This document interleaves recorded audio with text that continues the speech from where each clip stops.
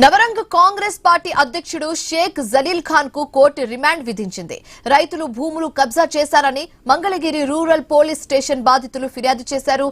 నిందితుడిపై Mangalagiri, Gudivada, Nallapadu, Kachiguda police stations లో 7 కేసులు నమోదయ్యాయి. షేక్ జలీల్ ఖాన్ ను అదుపులోకి తీసుకుని పోలీసులు మంగళగిరి కోర్టులో హాజరుపరిచారు. నిందితుడికి మెజిస్ట్రేట్ 14 రోజులు రిమాండ్ విధించడంతో గుంటూరు సబ్ జైలుకు తరలించారు.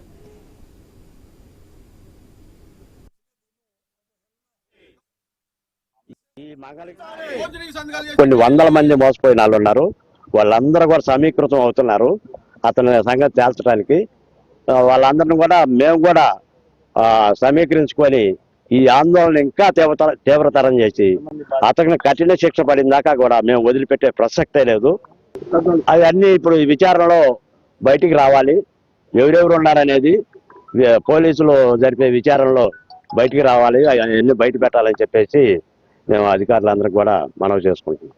కొంతమంది రైతులు ఆ గ్రామంలో ఉన్నటువంటి సుమారు 10 ఎకరాల భూమిని జలీల్ ఖాన్ అనే వ్యక్తి ఫేక్ డాక్యుమెంట్స్ సృష్టించి అమ్మడానికి ప్రయత్నం చేస్తున్నాడు. అలాగే ఆ పొలాల్లో పనులు చేయడానికి కూడా కొంతమంది తీసుకుని వచ్చాడు అని ఇచ్చిన రిపోర్ట్ మీద Mangalagiri rural SI Venkata case register చేయడం జరిగింది.